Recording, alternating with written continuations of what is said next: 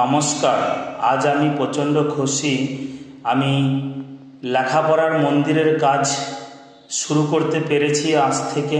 আপনাদের আশীর্বাদ, ভালোবাসা, সহযোগিতায় আজ থেকে কাজ শুরু হলো। দিঘিডাঙ্গা গ্রামে মাসে 1 টাকার কোচিং সেন্টার। এখানে বাচ্চারা মাসে 1 টাকা দিয়ে লেখাপড়া শেখে। এটা কোনো এনজিও নয়, আমি আমার নিজের উদ্যোগ থেকে শুরু করেছি। তাই আপনাদের সহযোগিতা একান্তভাবে কামনা করি।